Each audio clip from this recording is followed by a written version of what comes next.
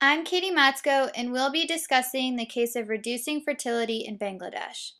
Here is a map of Bangladesh from the World Atlas with the capital, Dhaka, shown with the star. And here is the Google satellite image showing the vague terrain of Bangladesh, so we can get a sense of what the land is like that these people are currently living in. Bangladesh is a country that is a rural area that relies heavily on agriculture, meaning that these citizens work primarily on their land to provide for their families. It is located in South Asia, bordered by India and Burma, and the main language is Bengali. It wasn't until February of 1974 that Bangladesh was considered its own independent state. Therefore, any prior attempts to change the cultural beliefs on something such as fertility was not successful because of internal disagreements.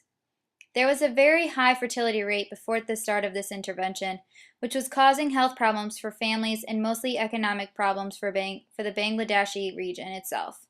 With women not having many rights, they were unable to say their opinions about having a large family. But when the intervention started, it provided women with new rights and education about ways to take control over their bodies. There were many health concerns that came along with this high fertility rate among the Bangladeshi women. In the mid-1970s, Bangladeshi women were having more than 6 children. Having this many children was causing many monetary problems, and more importantly, it was causing major health issues for the mothers and the children in these families. However, there are strong cultural beliefs from Hindu and Muslim religions that encourage the large family. Therefore, high fertility was to be expected. These cultural traditions also limit the power and role a woman has within the community, preventing them from stating their opinions or objections about this high fertility. Also, before the implementation of the intervention, most of the Bangladeshi women were illiterate or had very little education. Therefore, they did not have any knowledge about the different contraceptive options that were available to them. This high fertility rate was also causing burdens upon the region of Bangladesh. This rapid population growth was causing problems within the economy, causing strain on the economy's development and their social progress because of the money and resources being used to accommodate for these extra children. Also, Bangladesh was the 9th most populous country in the world at the start of this intervention in the mid-1990s, with close to 80% of that population living in poverty. The initial intervention occurred in the early 1960s, but was a failure because the coercive approaches, which led to popular backlash, which ended up to the collapse of the government. And after a deadly famine in 1975 is when the now independent Bangladesh embarked on a renewed family planning program, which is what is currently working. Another major aspect of the intervention was the mass media being used to stimulate changes of attitudes about family size along with the other intervention techniques to be discussed. An overview of the 4 elements of the intervention is 1. The deployment of young married women as outreach workers. And 2. The availability of a wide range of methods used as contraception. 3 is the establishment of family planning clinics in rural areas. And 4, the provision of information, education, and communication activities. The first, young married women as outreach workers. These women were trained to conduct home visits to offer contraceptive services and information to other women. There were about 250,000 public sector workers from Family Welfare Assistance, or the FWA, 12,000 field workers from non-governmental organizations, the NGO, and about 4,500 additional male outreach workers to help. The FWA expected to cover an area of 3 to 5 villages to serve about 850 rural women. The FWA also tried to visit these homes every 2 months, and virtually all Bangladeshi women were contacted at least once by an FWA representative, and more than 1/3 were reached at home every 6 months. The second was the offering of a wide range of methods. These workers provided information and education about the many different types of contraceptive methods, from pills to sterilization. This was called the cafeteria approach of offering this range of temporary methods to more long-term or permanent methods for these individuals. The third was the building or the establishment of family planning clinics. These clinics were established in rural areas to provide clinical contraceptive services. This was so workers could refer clients here if they wished to use long-term or permanent methods of sterilization. And the fourth and final element to this intervention was the information, education, and communication activities. These informative activities were intended to change the norms about family size and contraceptive options. The use of mass media was very common with this aspect of for this intervention to help the spread of the word to many people within Bangladesh. This intervention was primarily targeted at the Bangladeshi women. This was in order to educate them about the importance and availability of different types of contraception for them to use and to prevent these high fertility rates, along with bettering their and their children's health overall. Some unique elements to this intervention was by having women outreach workers, which counteracted the Bangladeshi culture of being restricting on a woman's mobility, otherwise known as purdah.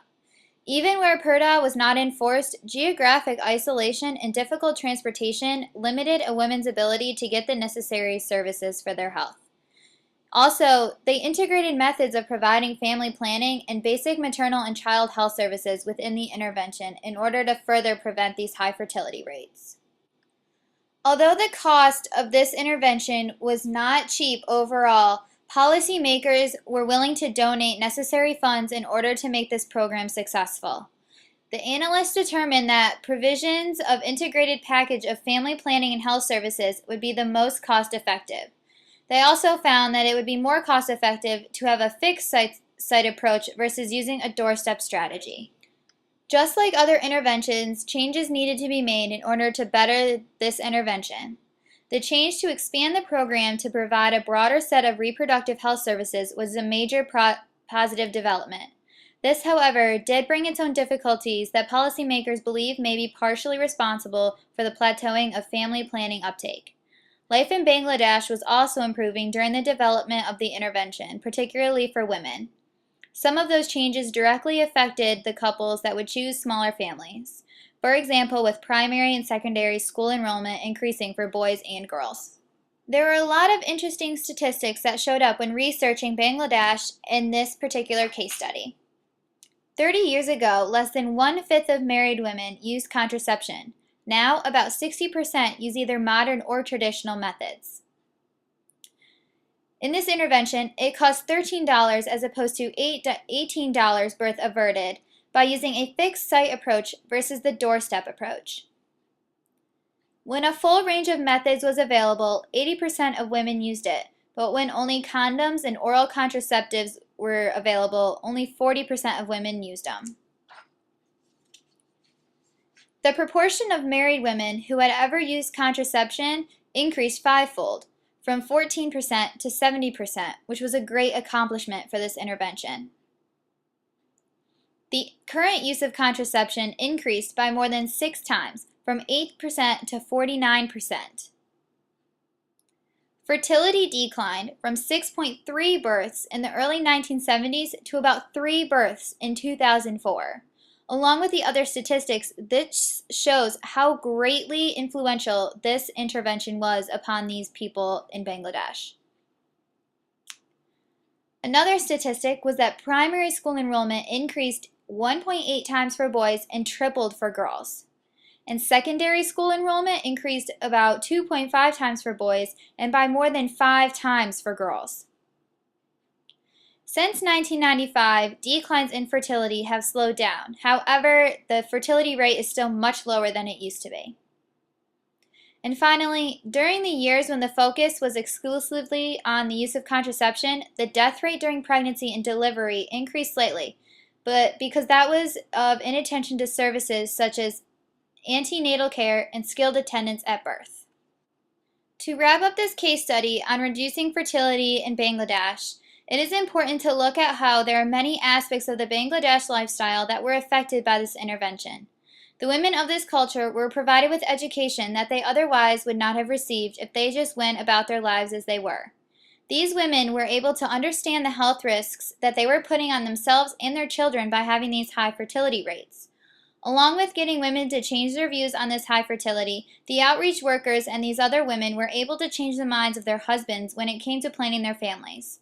By this, men were becoming okay with the idea of not having 6 children, but being okay with 2 or 3. This intervention of Bangladesh regarding their fertility rates was extremely successful and demonstrated hope that it will continue to stay declined. Although this intervention may not be able to be copied directly to other countries, it does provide a framework for others that are interested in reducing their fertility rates also.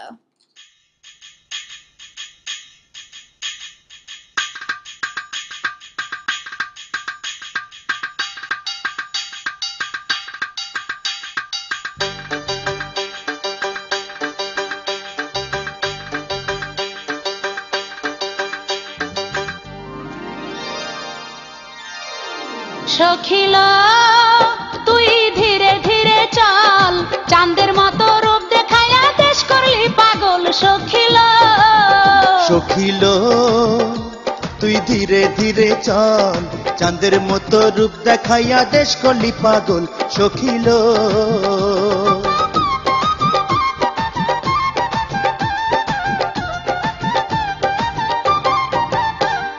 কলসি লইয়া যাস না সখী নদীর কিনারায়, কলসি লইয়া যাস না সখী নদীর কিনারায়, তোরে দেখা নদীর পানি কুলে উছলায়। সখিল তুই ধীরে ধীরে চল, চাঁদের মতো রূপ দেখাইয়া দেশ করলি পাগল। সখিল